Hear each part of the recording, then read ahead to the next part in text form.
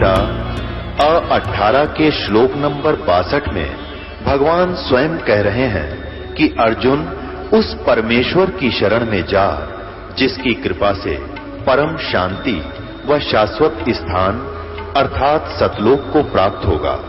वो परमेश्वर कौन है, कहां है, कैसा है, जानने के लिए कृपया अवश्य सुनिए जगत गुरु तत्वदर्शी संत रामपाल जी महाराज के अमृत वचन। अभी आप 14वां अध्याय के अंतिम 2-3 श्लोक पढ़े आपने, स्पष्ट हो गया। अब वो परमात्मा है कौन, ये 15वां श्लोक बतावे। पहला और दूसरा श्लोक क्या लिखा है कि अर्जुन ये ऊपर को जड़ वाला और नीचे को शाखा वाला उल्टा लटका हुआ संसार रूपी वृक्ष, इसके ऊपर को जड़ है और नीचे की तीनों गुणों रूपी ये ब्रह्मा विष्णु महेश रजगुण ब्रह्मा सतगुण विष्णु तम गुण शिव जी रूपी शाखा इस जीव को कर्मों में बांधने की मूल कारण है। पहले ये वृक्ष देखो, कबीर साहब भी कहते हैं अक्षर पुरुष एक पेड़ है, निरंजन वाकी डार, तीनों देवा शाखा है ये पात्र रूप संसार। एक दो है बस सारी सृष्टि कबीर परमेश्वर ने भर दी। ये सबसे ऊपर देखो ये जड़ें हैं, ये पूर्ण ब्रह्म है, वो सच्चिदानंद घन परमात्मा वास्तव में ये है। और ये परम अक्षर पुरुष नी अक्षर परम पुरुष पूर्ण ब्रह्म अकाल मूर्त सत स्वरूपी राम ये कबीर परमेश्वर है। अब ये है वो मूल परमात्मा जहां सदा सुखी रहेंगे, ये शाश्वत स्थान सतलोक है और यहीं से सबको खुराक चलती है, ये सबका पालन करता ये है। आगे देखो ये अक्षर पुरुष अर्थात परब्रह्म है, ये अक्षर पुरुष परब्रह्म है।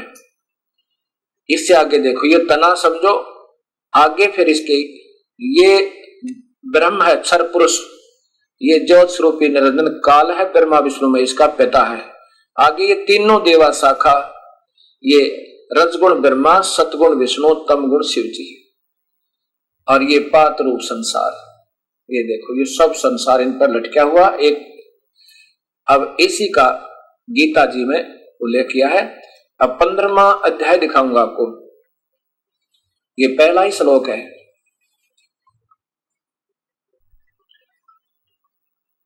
ये गीता जी और इसके 15वां श्लोक। 14 का तो आपने पूरा सुन लिया कि उस परमात्मा के पाने के लिए मैं ही सहयोगी हूं। अब इसमें लिखा ऊर्ध्वम मूलम अधः शाखा, ऊपर को जड़ वाला नीचे को शाखा वाला, ये एक मजबूत अविनाशी वृक्ष है। छंदासी अस्य प्रणानी तम वेद से वेदवित है, जानवान लोग इसके और वेदों को और छंदों के द्वारा इसी का वर्णन करते हैं और इसके पत्ते पुत्तों को भी बताते हैं। ये देखो ये तो सीधा सा हो गया। आदि पुरुष परमेश्वर मूल वाले यानी ऊपर को मूल वाला सीधा अर्थ है इसका ऊर्ध्व मूलम, और अधः शाखा नीचों को शाखा वाला संसार रूपी वृक्ष है। ये तो अपने बेचारे कोशिश करें समझाने की जितना कर सकते। वेद उसके पत्ते कहे गए जो भी है। इधर देखियो उस संसार वृक्ष को मूल से तत्व से जो जान लेता वो वास्तव में ज्ञानी है। ये बता कि वो वेदविद है, वो सही तत्व भेदी संत है जो इसको इस ढंग से जान लेता है। और चौथे अध्याय के 34वें श्लोक में यही कहा कि उनको ढूंढ लो जो इसको सही जानने वाला है, वो वेदविद है, वो वास्तव का जानकार है।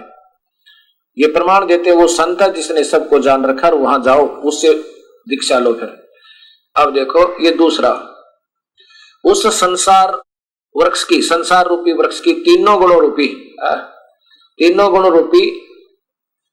जल प्रवर्धा, तीनों गुणों रूपी गुण प्रवर्धा है, तीनों गुणों रूपी बढ़ी हुई फैली हुई, इसका अर्थ ये बना सीधा है। विषय भोग वाली विषय प्रवाला शाखा, ये रजगुण ब्रह्मा सतगुण विष्णु तमगुण शिव जी, ये फैली हुई शाखाएं कोपलें। अधः माने नीचे और ऊर्ध्व माने ऊपर।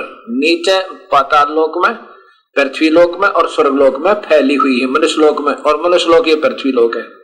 नीचे तो पाताल लोक में, ऊपर स्वर्ग लोक तक, और ये मनुष्य लोक में यानी पृथ्वी लोक में कर्मानुबंधनी, कर्मों के अनुसार बांधने वाली, मूलानी मूल कारण है।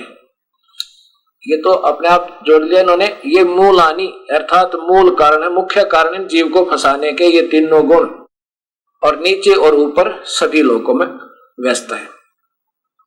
ये स्पष्ट हो गया।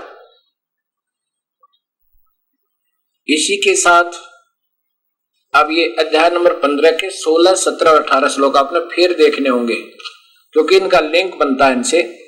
ये अध्याय नंबर 15, ये श्लोक नंबर 16 है, ये 17 है, ये 16 है।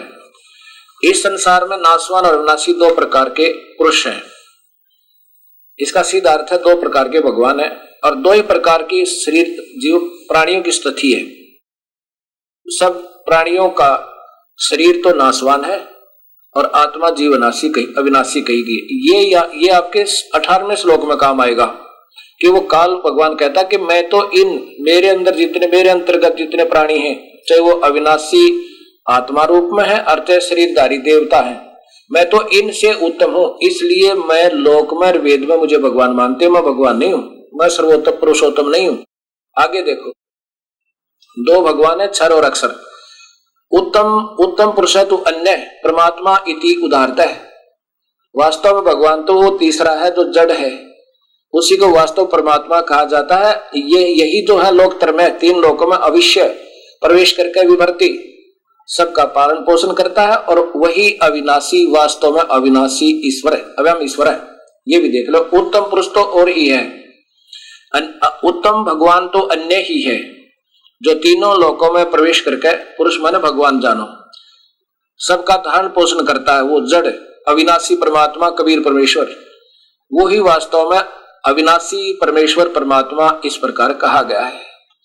अब 18वें में क्या कहा है कि मुझे तो केवल इसलिए अविनाशी कहते हैं, कितना स्पष्ट लिखा है, क्योंकि मैं नाशवान जड़ वर्ग क्षेत्र से तो अतीत हूं और अक्षरात अविनाशी जीवात्मा से भी उत्तम हूं, इसलिए लोक और वेद में, इस संसार 21 ब्रह्मांड में और इस वेद में मुझे तो इसलिए पुरुषोत्तम मानते। आगे देखो, मैं पुरुषोत्तम नहीं हूं। 19 में स्पष्ट किया है कि जो ज्ञानी पुरुष मुझको इस प्रकार पुरुषोत्तम मानते हैं, वेद जान कर, वेद पढ़ करके, इसलिए जो मालिक है, तो वह सर्वज्ञ पुरुष इस सब प्रकार से निरंतर मुझको ही भजता है। मुझ वासुदेव नहीं, माम का अर्थ ये नहीं, मुझको ही भजता है, अर्थात वो वेदों का ज्ञाता केवल मुझे ही पूर्ण परमात्मा मान कर भजता रहता है। अब 20 देखो, हे निष्पाप अर्जुन, इस प्रकार ये अति रहस्य युक्त गोपनीय शास्त्र मेरे द्वारा कहा गया, इसको तत्व से जानकर ज्ञानवान और कर्तार्थ हो जाते हैं, और कर्तार्थ हो जाते हैं, उनका तो बेड़ा पार हो जाएगा। सत साहिब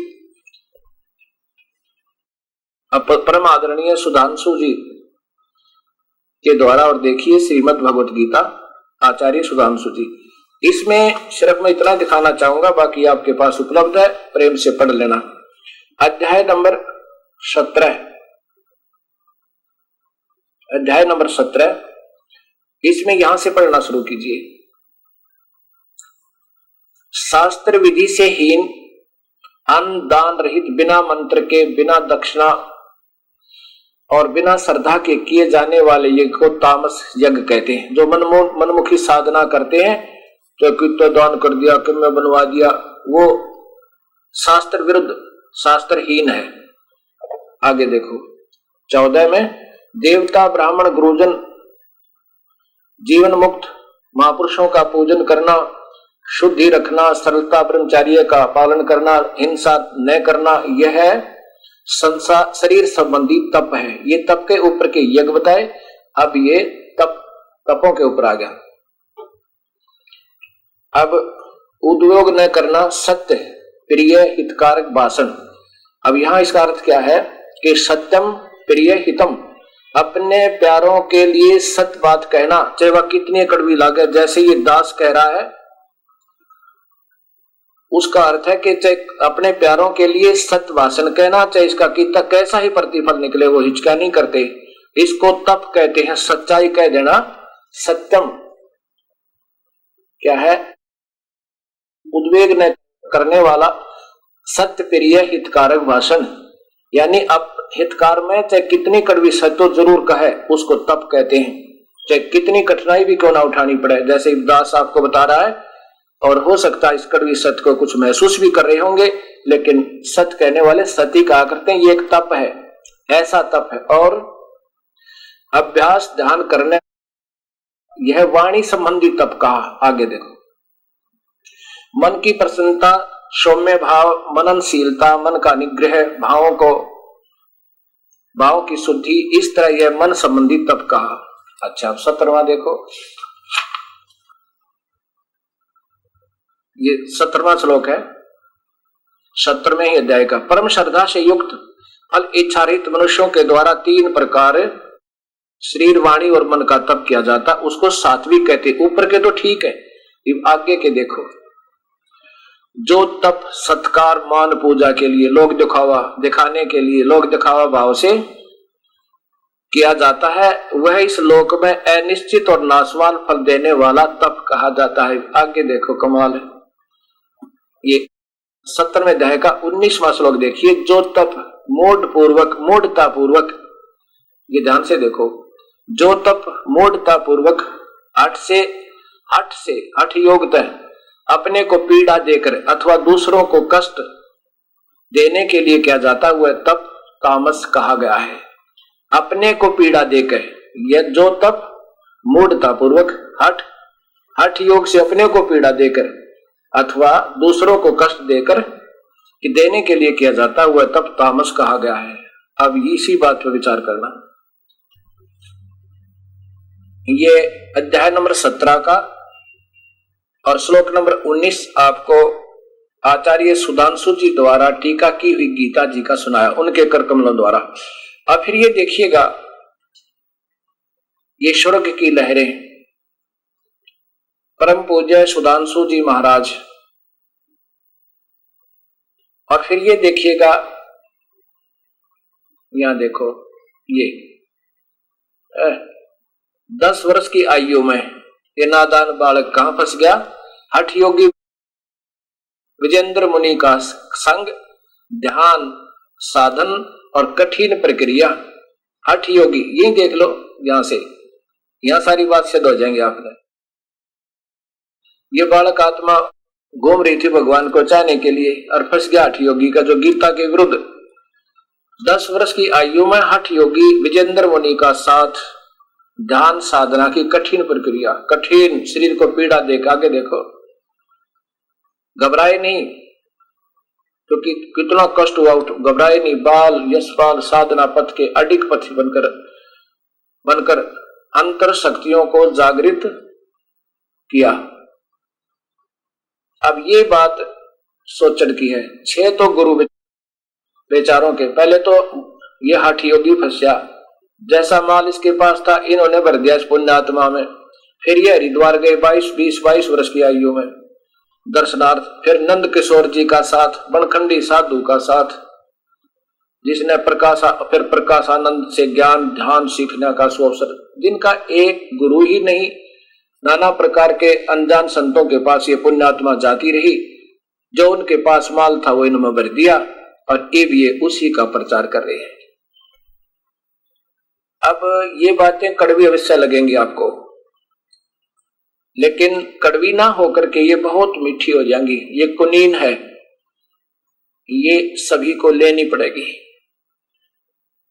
गीता बता रही है कि हठ योग नहीं करना, और इस पुण्यात्मा को उन अनजान संतों ने शास्त्र विरुद्ध साधना करवा के और वो पाप का भागी बनाया। अब इन्होंने जो संग्रह ज्ञान किया नाना प्रकार के संतों से, अब सोच रहे हैं कि मेरे पास बिल्कुल सत्य ज्ञान है, लेकिन टिकाऊ नहीं है। महेश्वर की पूजा करें, शिव की, और गीता बना करें, और फिर पूर्ण परमात्मा की तो बहुत दूर की बातें हैं। तो इसलिए ये दास नहीं मानता कि इनका दोष है। मैं भी ऐसे ही भ्रम भटक रहा था, इससे बीमारी का मरीज था। मुझे तड़प थी, प्रभु के पाने की, सच्चाई की खोज थी। अब दया हुई दाता की, मैंने ये ढेर सारी पुस्तकें पढ़ पढ़ के अब ये ऐसी लगती हैं जैसे कॉमिक्स हो जो नादान बालक पढ़ा करे। ना उनका कोई ध्येय है, ना उनका कोई आश्रय है, ना कोई आधार किसी शास्त्र का है, और नाम शास्त्रों का लिया गया सभी जगह। तो ऐसे ये दास आपको यही बताना चाहता है। और अब क्या होता है कि जैसे मैंने बार बार कहा है कि भगवान काल की प्राप्ति तो ओम नाम से और वेदों में वर्णित विधि से, गीता में वर्णित विधि से हो ही नहीं सकती, क्योंकि गीता तो बोला जा रहा था वेदों का सार है, नहीं हो सकता। फिर ये नादान संत आपको कहां विचलित करेंगे? कहेंगे गीता जी के 11वें अध्याय के बाद में 55 श्लोक में स्पष्ट लिखा है, 53 और 54 में, कि मुझे अनन्य भक्ति से पाया जा सकता है। प्रथम तो आपने ये सोचना होगा, वेदों में वर्णित विधि ओम नाम का जाप, ध्यान यज्ञ मेडिटेशन, और बाकी धर्म यज्ञ, प्रणाम यज्ञ, ज्ञान, ये शास्त्रों का अध्ययन आदि है, ये सब ज्ञान यज्ञ होती है, और ओम नाम का जाप है। इससे तो प्रभु प्राप्ति हो ही नहीं सकती, कति फाइनल है, क्योंकि काल का वास्तविक रूप काल है ब्रह्म का, और एक रूप भगवान जैसा दिखे हो, लेकिन वास्तव में परम रूप इस विष्णु का काल है, महाविष्णु का, और काल रूप किसी भी वर्णित विधि से नहीं मिल सकता, नहीं प्राप्त हो सकता। फिर जैसे अर्जुन डरा हुआ था, 46वें श्लोक में कहा कि हे सहस्राबाहु, 1000 भुजा वाले भगवान, क्योंकि ये काल 1000 भुजा युक्त है, ब्रह्मा विष्णु महेश केवल 4 भुजा युक्त है, और इनकी माता जी अष्टंगी वो 8 भुजा युक्त है। तो कहा कि हे सहस्राबाहु, आप अपने उसी चतुर्भुज रूप में आओ। अब यहां से नहीं विचलित होना, इससे ही बात बनेगी। तो ऐसा, क्योंकि मैं बहुत डर गया हूं और मुझे बड़ा डर लग रहा है, मैं घबरा गया हूं, मेरा तो हार्ट अटैक होने वाला है, भाव ये था अर्जुन का कहने का। तो कहते हैं मैं आपके इस विराट रूप को देखकर डर गया हूं। तो 47 में भगवान कहता है तू इसको देखकर क्यों डर गया, चिंता ना करे। ये देखो गीता जी, ये वही है गीता जी, और इसके 11वें अध्याय में श्लोक नंबर 46 देखो, पहले ने देखी हुई 46 में, मैं वैसे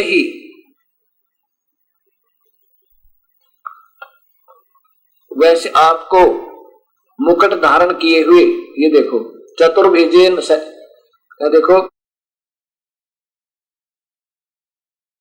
किरीटिनम गदिनम चक्र हस्तम इच्छामि त्वाम दृष्ट्वा अहम तथा एवं तेन एवं रूपेण चतुर्भुजेन सहस्राबाहो, चतुर्भुजेन सहस्राबाहो भव विश्वमूर्ते। अर्जुन कह रहा है भगवान, मैं आपको गदा पद्म शंख चक्र हाथ में लिए हुए चतुर्भुज रूप में देखना चाहता हूं। एक सहस्राबाहो, उसी विश्व मूर्ते सहस्राबाहो, उसी चतुर्भुज रूप में हो जाओ। मैं वैसे ही आपको मुकुट धारण किए हुए तथा गदा और चक्र हाथ में लिए हुए देखना चाहता हूं। इसलिए हे विश्व स्वरूप 1000 भुजा वाले सहस्राबाहो 1000 भुजा वाले उसी चतुर्भुज रूप से प्रकट होइए। अब देखो 47 में क्या कहते भगवान, हे अर्जुन, अनुग्रह पूर्वक मैंने अपनी योग शक्ति के प्रभाव से यह मेरा परम तेजो में सबका आदि कारण वास्तविक काल रूप सीमा रहित विराट ये काल रूप तुझको दिखलाया है, जिसे तेरे अतिरिक्त दूसरे ने किसी ने पहले नहीं देखा। अब 48 देखो, हे अर्जुन, मनुष्य लोक में इस प्रकार के विश्व रूप वाला मैंने तो वेद और यज्ञों के अध्ययन से, वेद यज्ञाध्ययन ने दान से और न किसी क्रिया से और न उग्र तपों से, किसी तप से भी नहीं मिल सकता। मैं तेरे अतिरिक्त दूसरे के द्वारा देखा नहीं जा सकता हूं। आगे देखो, अब ये 49 में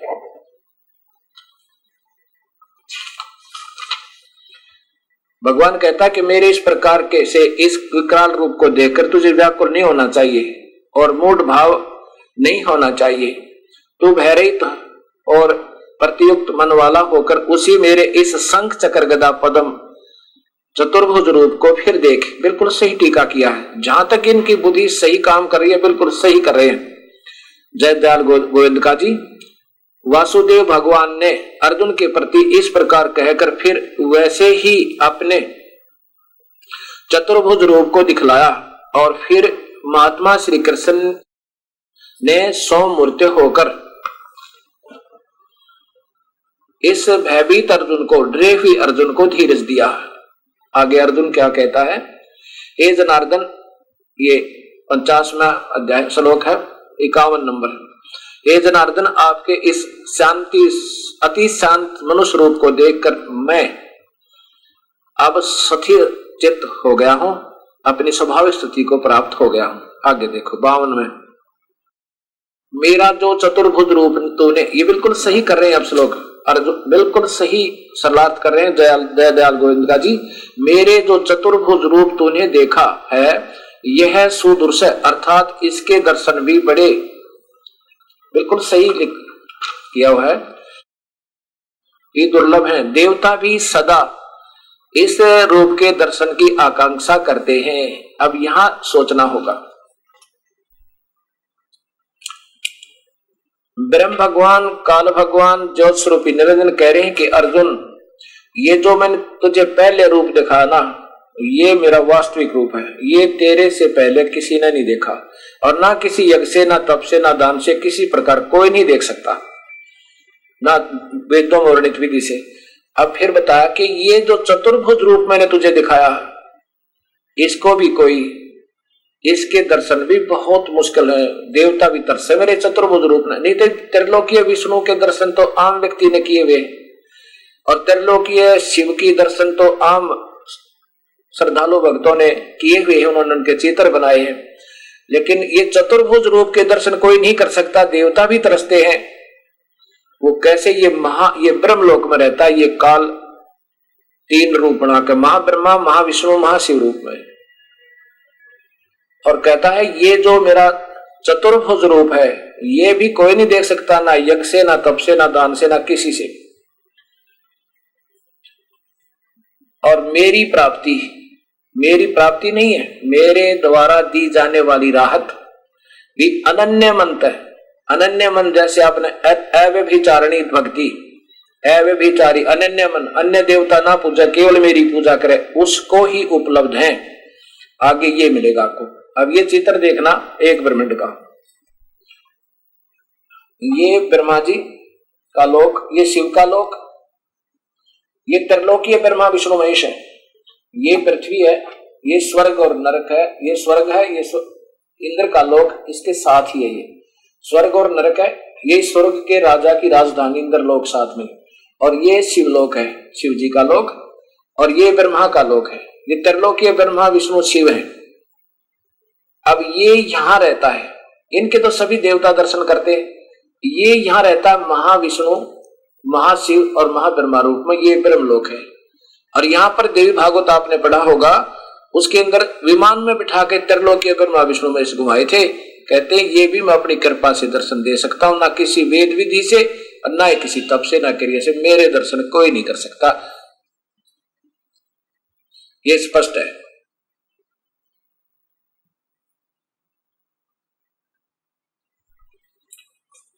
गीता जी को फिर देखिएगा, अध्याय नंबर 11, वही चल रहा, श्लोक नंबर, अब ये 52 सुनो।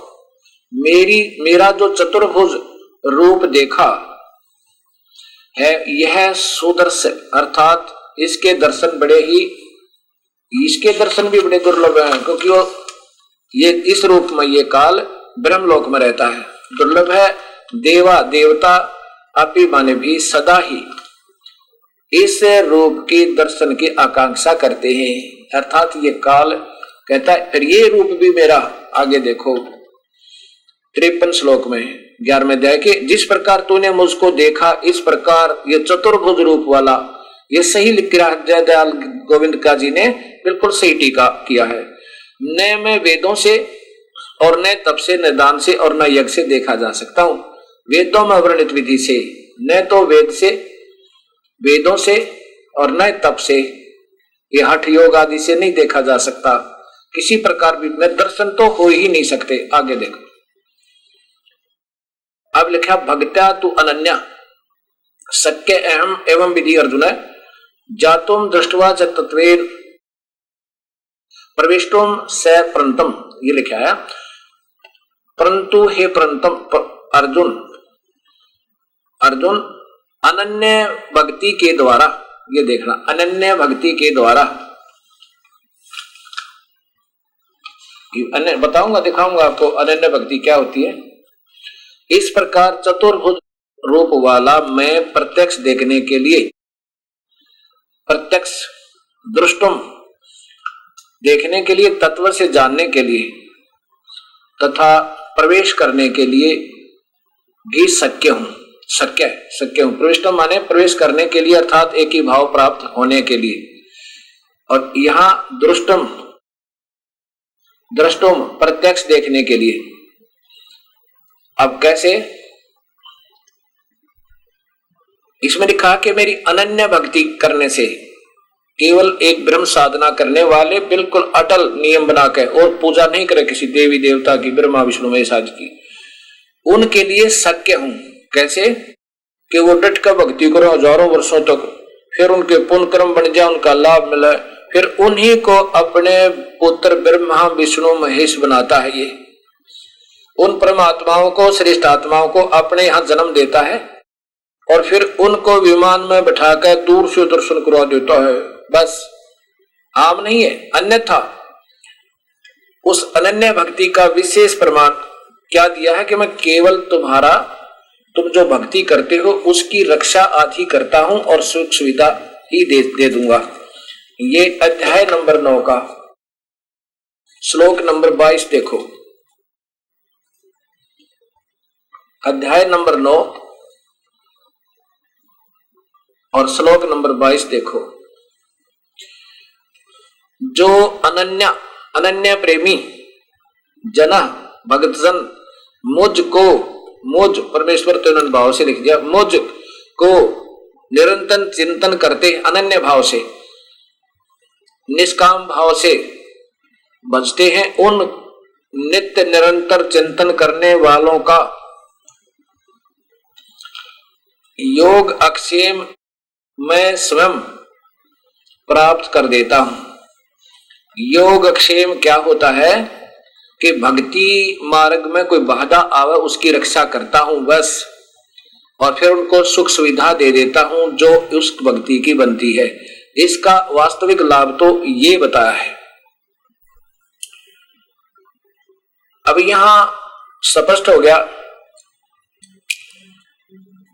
कि 3 परमात्मा हैं। काल क्षर पुरुष नाशवान है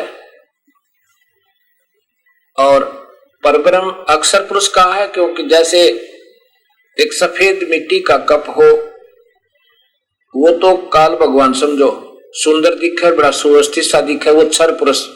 एक सटील का कप वो अक्षर पुरुष, यानी इससे कुछ ज्यादा सथाई अविनाशी जैसा लगे। ब्रह्मण का अर्थ होता है पूर्ण परमात्मा, उस जैसा ही लगता है, लेकिन यह भी नाशवान है। जैसे सफेद मिट्टी चीनी का कप तो तुरंत ही विनाश हो जाता है, लेकिन वो सीधा जैसे मटके जैसा बना हुआ एक और कप होता है जिसको दोना बोलते हैं मिट्टी का, वो तो हम शरीर हमारा है। ये इतना हमारे से और सथाई है, इसका भी विनाश है। फिर अक्षर पुरुष का भी जैसे स्टील का कप है, वो कुछ ज्यादा सथाई नजर आता है उनसे, लेकिन है उसका भी विनाश, क्योंकि स्टील को जंग लगेगा, उसकी मिट्टी हो जाएगी, विनाश को प्राप्त होगा, लेकिन बहुत समय लगेगा, इसलिए उसको भी सथाई नजर आता है, उसको भी सथाई का, लेकिन फिर भी सथाई नहीं है। ऐसे ही क्षर पुरुष तो ये काल है, ब्रह्म ये तो नाशवान है, बहुत शीघ्र, और इसके द्वारा दी जाने वाली राहत भी उत्तम नहीं, अनुत्तम है। अक्षर पुरुष के लोक में वो खाता नहीं, आयु बहुत लंबी है, वहां भी पशु पक्षी बने हुए हैं, वो कुछ अविनाशी ज्यादा है। उसके बाद वास्तव अविनाशी तो सोना होता है, जैसे उसका अस्तित्व समाप्त नहीं होता, वो कबीर परमेश्वर है, वो तीसरे परमात्मा। एक अव्यक्त काल है, दूसरा अव्यक्त अक्षर पुरुष है, और उस अव्यक्त से भी परे और अव्यक्त वो है वास्तव अविनाशी। ये गीता जी का सरल भाव है। इस बारे में कबीर साहब कहते हैं कि काल भगवान तूने सभी को उल्टे रास्ते लगा दिया और अपना ही ज्ञान अधूरा और सतभक्ति नहीं करने देता, तू अधूरा ज्ञान दे के। और फिर उसके कारण क्या हो गया समाज में, जो अनजान संत हैं उनको तो विवेकशील, उनके ना जाने कितनी उपमा दी जाती हैं, बड़े अच्छे विचारवान हैं, विवेकशील हैं, बहुत बड़े विद्वान हैं, और जो सच्चाई बताता है उसको कहते तो गवार है, क्या जाने ऐसे ही देवताओं के विरुद्ध बोलता है, झूठ बोलता है। और जबकि सत्य सामने होती है तो उसके लिए कहा है, निरंजन धन तेरा दरबार, निरंजन धन तेरा दरबार, जहां पर तनक नाय विचार, जहां पर तनक न्याय विचारी। वैसा ओढ़े मुल मुल खासा, गल मोतियन के आर, वैसा ओढ़े मुल मुल खासा, गल मोतियों के आर। पतिव्रता को मिले न खाद्य सूखा, नरस आहार, निरंजन धन तेरा दरबार, निरंजन धन तेरा दरबार। पाखंडी का आदर जग में संत को कह लबाड़े, पाखंडी का आदर जग में संत को कह लबाड़। अज्ञानी को परम विवेकी, ज्ञानी को मूड गंवार, निरंजन धन तेरा दरबार, निरंजन धन तेरा दरबार। जहां पर तनिक न न्याय विचार, जहां पर तनिक न न्याय विचार। कह कबीर सुनो भाई साधो, सब उल्टा व्यवहार, कह कबीर सुनो भाई साधो, सब उल्टा व्यवहार। सच्चे को तो झूठ बताव, ये झूठों का एतबार, निरंजन धन तेरा दरबार, निरंजन धन तेरा दरबार। जहां पर तनिक न न्याय विचार, जहां पर तनिक न न्याय विचार। कह कबीर सुनो भाई साधो, सब उल्टा व्यवहार, कह कबीर सुनो भाई साधो, सब उल्टा व्यवहार। सच्चे को तो झूठ बताव, ये झूठों का एतबार, निरंजन धन तेरा दरबार, निरंजन धन तेरा दरबार। जहां पर तनिक न न्याय विचार। सत आस्था चैनल पर चल रहे परिभाषा प्रभु की जो धार्मिक कार्यक्रम है, इसको देख करके बहुत सी भक्तात्माएं विस्मित हो रही हैं कि ये ऐसी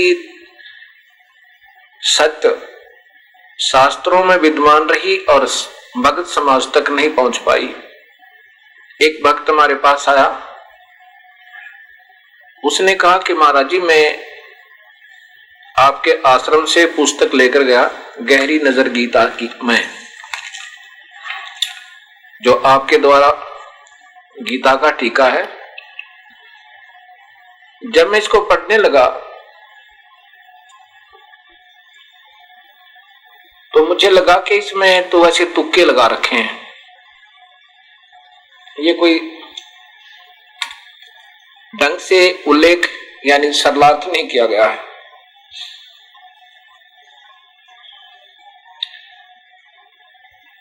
तो मैं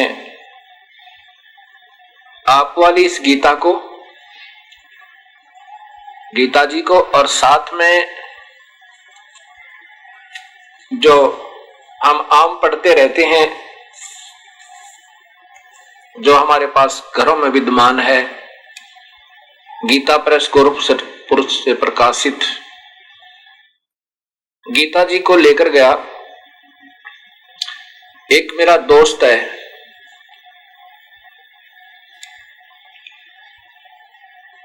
और उसने संस्कृत में एमए एमएड, और वो प्रोफेसर है किसी कॉलेज में, बताया उन्होंने। और मैंने उससे कहा कि आप निष्पक्ष भाव से इन दोनों पुस्तकों को के सरलार्थ को देखना। आप किसी में भी, आपने तो क्या लेना देना है। और जो मैंने उनको 2 श्लोक बताए, इनका फैसला करके देना।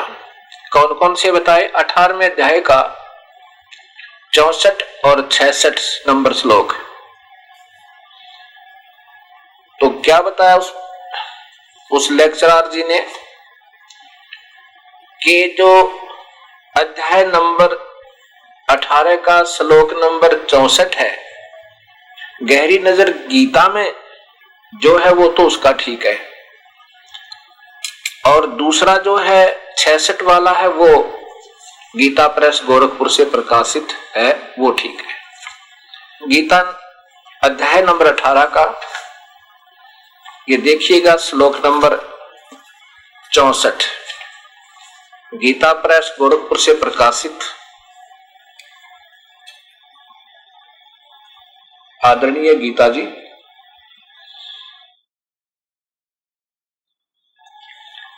अध्याय नंबर 18 है और श्लोक नंबर ये 64 इधर आएगा, ये 64 है। ये इसमें स्पष्ट है, गुह्यतमं भूय शृणु मे परमं वचः इष्ट असि मे दृढ़म् इति तत वक्ष्यामि ते हितम्। इन महापुरुषों ने इष्ट का अर्थ प्रिय कर दिया। यहां पर लिखना था मेरा पूज्य देव, इष्ट देव वही पूर्ण परमात्मा है, क्योंकि यहां पर उस पूर्ण परमात्मा की महिमा चलती आ रही है 46वें श्लोक तक। तो इसको तो उस लेक्चरर साहब ने बताया कि आपके गुरुदेव ने जो किया है वो सही है, इसका इष्ट माने इष्ट देव, असि माने है, स्पष्ट है। ये तो जैसे इस दास ने किया है, ये देखिएगा, ये गहरी नजर गीता में, और इसके ये 64 नंबर श्लोक है, इधर देखिएगा, ये 64 नंबर श्लोक है। इष्ट में असि दृढ़म् इति तत् वक्ष्यामि ते हितम्। गुह्यतमम् माने संपूर्ण गोपनीयों से व्यति गोपनीय, मे माने मेरे, परमम माने परम, रहस्य युक्त, हितम माने हितकारक वचन, ते तुझे, भूय माने फिर, वक्ष्यामि कहूंगा, ततः माने इससे, श्रवण माने सुन, इति माने यह पूर्ण ब्रह्म, मे माने मेरा, दृढ़ माने पक्का, निश्चित, इष्ट पूज्य देव, असि माने है। तो ये तो दास ने किया है कि उस महापुरुष ने बताया ये सत्य है, ठीक है। लेकिन 66वें श्लोक को मैंने कहा, फिर उन्होंने कहा कि 66वां जो श्लोक है वो उनका बताया कि वो गीता प्रेस गोरखपुर में है, वो ठीक है। इसमें क्या 66 में भगवान ब्रह्म कह रहे हैं कि सर्वधर्मान प्रीतज मम, मेरी सभी धार्मिक जितनी भी तू पूजा आदि की हुई है तूने भक्ति, वो मुझे छोड़ दे, मैं तुझे ऋण मुक्त कर दूंगा। एकम शरणम व्रज, उस एक की शरण में चला जा। एकम माने सर्वशक्तिमान, जिसके बराबर कोई दूसरा ना हो। ब्रह्म कह रहा कि मैं तुझे सब पापों से मुक्त कर दूंगा, अर्थात मैं तुझे ऋण मुक्त कर दूंगा। सीधा अर्थ बने है। माम माने मेरी सर्वधर्मा संपूर्ण पूजाओं को परित्यज त्याग कर तू केवल एकम उस पूर्ण परमात्मा की शरण माने शरण में वर्ज माने जा। अब आपको शब्दकोश में दिखाऊंगा वर्ज का अर्थ क्या होता है। वर्ज माने जा, अहम माने में, तवा तुझे सर्व पापे भय संपूर्ण पापों से मोक्षयामी छोड़वा दूंगा। मां सुच तो शोक मत कर, यानी तुझे ऋण मुक्त कर दूंगा, तू चिंता ना करे। और इन महापुरुषों के द्वारा जो किया है टीका वो भी देखिएगा। यही गीता प्रेस गोरखपुर से प्रकाशित वही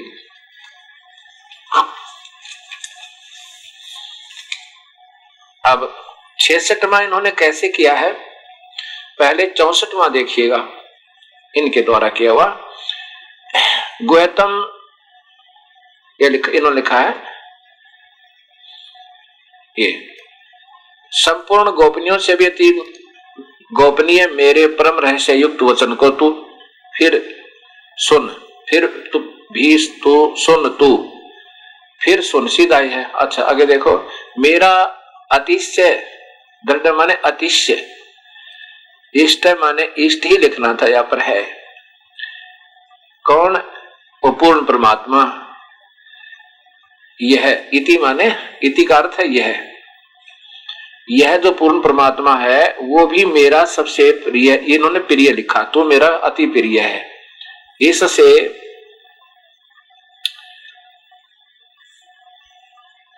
परम हितकारक वचन मैं तुझे कहूंगा। अब 65 में लिखा है,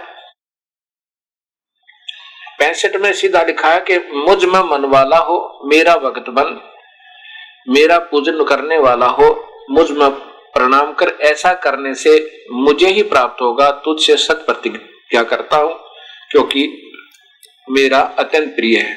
ये अर्जुन प्रिय या सामने फिर आ गया।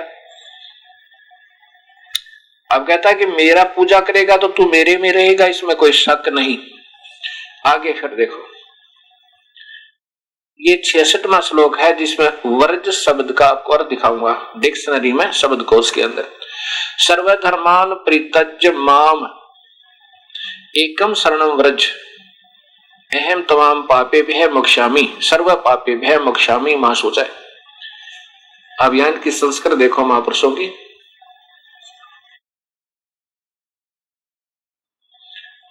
सर्वधर्मान संपूर्ण धर्मों को अर्थात संपूर्ण कर्तव्य कर्मों को मुझ में त्याग कर तू केवल एक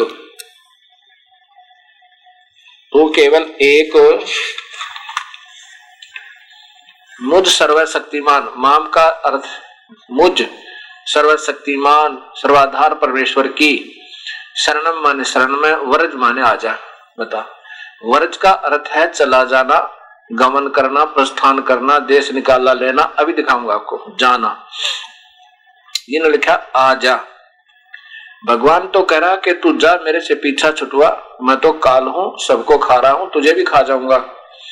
अब यहां देखो, मैं तुझे संपूर्ण पापों से मुक्त कर दूंगा। अब मैंने उस भक्त आत्मा से कहा जो ये दोनों पुस्तकों का निर्णय लेकर के मेरे पास आया कि भक्त जी एक बात सोचो, ये तो उन्होंने सही बताया कि वो कह रहे हैं हाँ भगवान के मेरा एक उपास्य इष्ट भी वही है, अर्थात मैं भी उसकी पूजा करता हूं, उसका ध्यान करता हूं। आपको तो इतना ही बहुत था। जब वो स्वयं स्वीकार कर रहा ब्रह्म, मान लीजिए आप कृष्ण मान रहे हो, श्री कृष्ण जी ही बोल रहे हैं, आप ही के आधार पर मैं कहूं तो श्री कृष्ण जी भी कह रहे हैं कि मेरा उपास्य इष्ट कोई और है। वैसे तो ऐसा नहीं है, वो तो ब्रह्म बोल रहा है जो 21 ब्रह्मांड का प्रभु ब्रह्मा विष्णु महेश के पिताजी। तो आपको तो इतना ही काफी था कि ये भगवान कह रहा कि मेरा पूज्य देव कोई और है और मैं भी उसी की पूजा करता हूं, तो तू भी उसी की शरण में जा। अब ये देखिएगा गीता जी आदरणीय आसाराम जी द्वारा टीका, श्री संत श्री आसाराम जी आश्रम अहमदाबाद, श्रीमद् भगवत गीता, इसके 18वें श्लोक देखिएगा। 18वें अध्याय का श्लोक नंबर पहले 64 देखो। 64 में तो इन्होंने यही लिखा है, ये अध्याय नंबर 18 श्लोक नंबर 64। संपूर्ण गोपनीयों से भी अति गोपनीय मेरे परम रहस्य युक्त वचन को तू फिर सुन, तू मेरा अति प्रिय है। इष्ट माने इन्होंने भी प्रिय ही लिखा। इससे यह परम हितकारक वचन मैं तुझसे कहूंगा। अच्छा, अब 66वां देखिएगा। संपूर्ण धर्मों और अर्थात संपूर्ण कर्तव्य कर्मों को मुझ में त्याग कर तू केवल एक मुद सर्वशक्तिमान सर्वाधार परमेश्वर की शरण में आ जा। मैं तुझे संपूर्ण पापों से मुक्त कर दूंगा, तू शोक मत कर, आ जा। वर्ज माने आ जा। ये दिखाना चाहता हूं मैं आपको। आचार्य सुधांशु जी महाराज श्रीमद् भगवत गीता इनके द्वारा टीका है। ये 18वां अध्याय।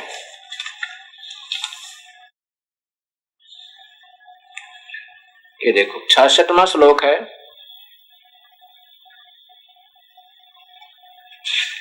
ये 66वां श्लोक देखिएगा। गीता अध्याय 18 वही है कि वर्ज संपूर्ण धर्मों का आसरा छोड़कर संपूर्ण धर्मों का आश्रय छोड़कर तू केवल मेरे शरण में आ जा। मैं तुझे संपूर्ण पापों से मुक्त कर दूंगा, चिंता मत कर। अब आपको मैं शब्दकोश दिखाना चाहता हूं। ये देखिएगा भाषा शब्दकोश, इधर देखिए नीचे, राम नारायण लाल बेनी प्रसाद प्रशासक तथा पुस्तक विक्रेता इलाहाबाद। वर्ज देखिएगा, वर्ज का मीनिंग ये वर्ज गमन जाना या चलना। समुद्र वृंद कृष्ण का लीला क्षेत्र आदि आदि। फिर नीचे देखो वर्जन चलना जाना। अच्छा, दूसरा शब्दकोश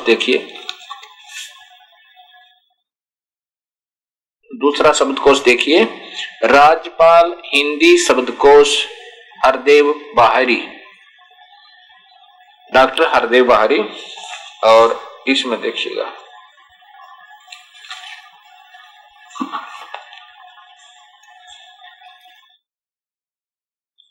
वर्ज, इधर देखो, इसमें वर्जन शब्द से प्रारंभ है। वर्जन माने गमन और जाना। वर्ज का अर्थ लिखा है ना, मार्ग, सड़क, समूह, झुंड, गोपों की बस्ती। और वर्जन गमन जाना, दो हो गए। और तीसरा और दिखाता हूं संस्कृत वाला। यह संस्कृत हिंदी कोश वामन शिवराम आपटे द्वारा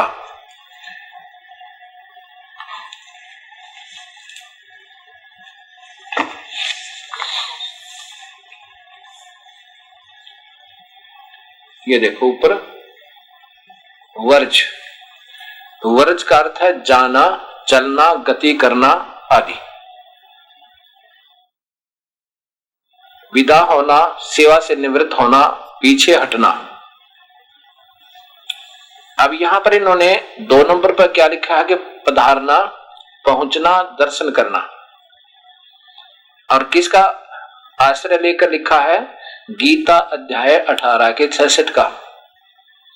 माम एकम शरणम व्रज, क्योंकि इस गीता से ही ये डिक्शनरी बनाने की चेष्टा की है इसने, और साथ में इन महापुरुषों को जिन्होंने पहले गीता का टीका किया है, ये असमंजस में पड़ गया कि कहीं तू ना गलती लिख दे, एक अक्षर ये और जोड़ दे बस इसमें।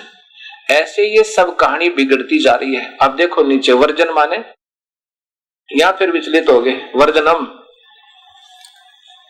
ये देखो वर्जनम, घूमना फिरना, यात्रा करना, निर्वासन, देश निकाला, चले जाना, यानी खिसक जाए यहां से, ये इसका अर्थ बनता है। ये एक अनुवादकर्ता का गीता जी और दिखाता हूं आपको। ये श्रीमद् भगवत गीता,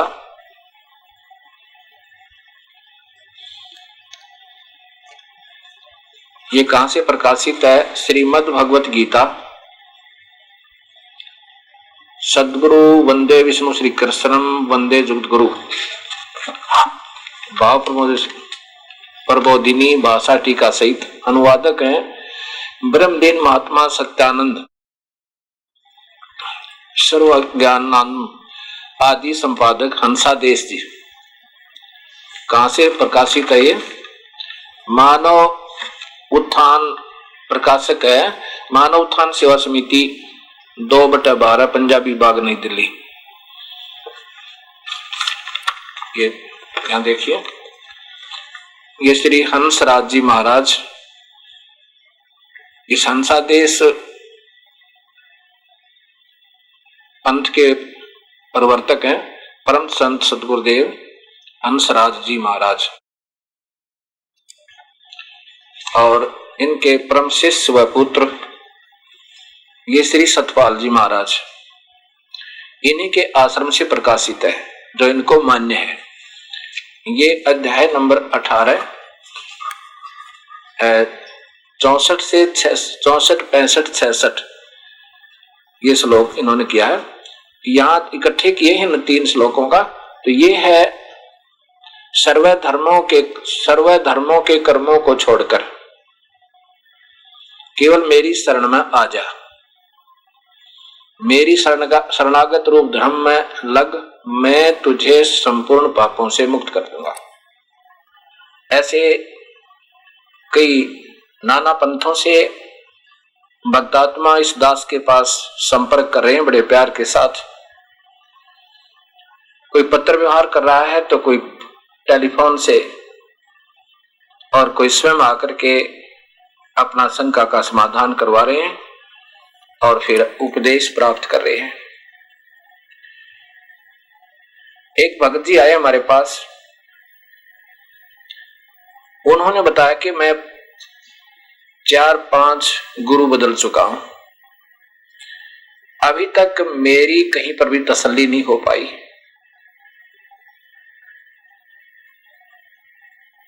तो उसने उन पंथों के नाम बताए। फिर अब उसने बताया कि मैंने बचपन से जो शरण ली थी वो श्री बाल योगेश्वर जी महाराज के यहां से उपदेश लिया था। ये आदरणीय श्री प्रेम रावत उर्फ बाल योगेश्वर जी महाराज हैं। उसने बताया कि इस महापुरुष से मैंने उपदेश लिया था जब मैं छोटी उम्र का था, अर्थात लगभग 20 वर्ष आयु थी मेरी, 20 या 22 होगी, ऐसी अप्रोक्सीमेट बताया उसने। तो मैंने कहा फिर आपने वहां से अन्य पंथों में जाने की आवश्यकता क्यों पड़ी? कहने लगा जी मैंने जो है लगभग कई वर्ष तो स्वयं ही साधनाएं की। जब मैं बचपन से साधना किया करता था तो मुझे कुछ अंदर आवाजें आती थी और ऐसे मैं स्वयं ही ध्यान लगाता था, और ध्यान में मुझे एक ज्योति सी नजर आया करती थी, प्रकाश दिखा था।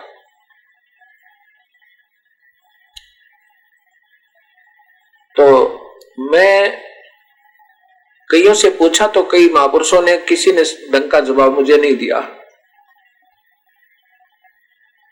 उसमें ये श्री प्रेम रावत जी महाराज उर्फ बाल योगेश्वर जी महाराज 10-12 वर्ष के थे, 12 वर्ष की आयु के थे। ये रोहतक आए थे हरियाणा में, और सब जगह ये प्रचार हो गया था कि एक छोटी सी आयु का बच्चा संस्कृत के श्लोक बोलता है, गीता जी के श्लोक बोलता है, बहुत अच्छा प्रवचन करता है, ये तो भगवान उतरे हैं, कृष्ण अवतार माने जाते हैं।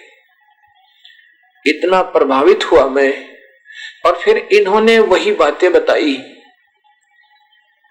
कि अपने हृदय में देखो भगवान को, हृदय में प्रभु पाओगा और कहीं नहीं है। और हम 2 मिनट में प्रभु के दर्शन करा सकते हैं। मैं बड़ा प्रभावित हुआ, आश्रम में पहुंचा, उपदेश लिया। कैसे कि इन्होंने बताया कि ऐसे कान दबाओ और थोड़ा सा श्वास भी रोको, जितना रोक सकते हो, और अंदर आवाजें आएंगी, फिर ऐसी आएंगी। अभी तो ये शुरुआत में दिखाई है आपको, ये जो छोटी छोटी आवाजें आ रही हैं, अब तुम अभ्यास करोगे तो तुम्हें आगे बहुत कुछ दिखाई सुनाई देगा। फिर ऐसे आंखें दबाई,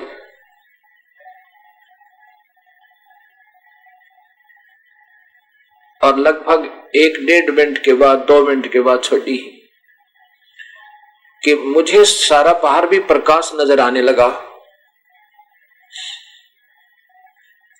पहले तो मुझे अंदर तो आभास होता ही था, फिर उन्होंने जब दिखा छोड़ा तो सभी जैसे कोई नूर ही नूर दिखाई दे मुझे बाहर। मुझे विश्वास हो गया कि प्रभु है तो यही है। और छोटा सा बच्चा ये क्रियाएं बता रहा, कमाल कर दिया। तो मैं प्रभावित हुआ।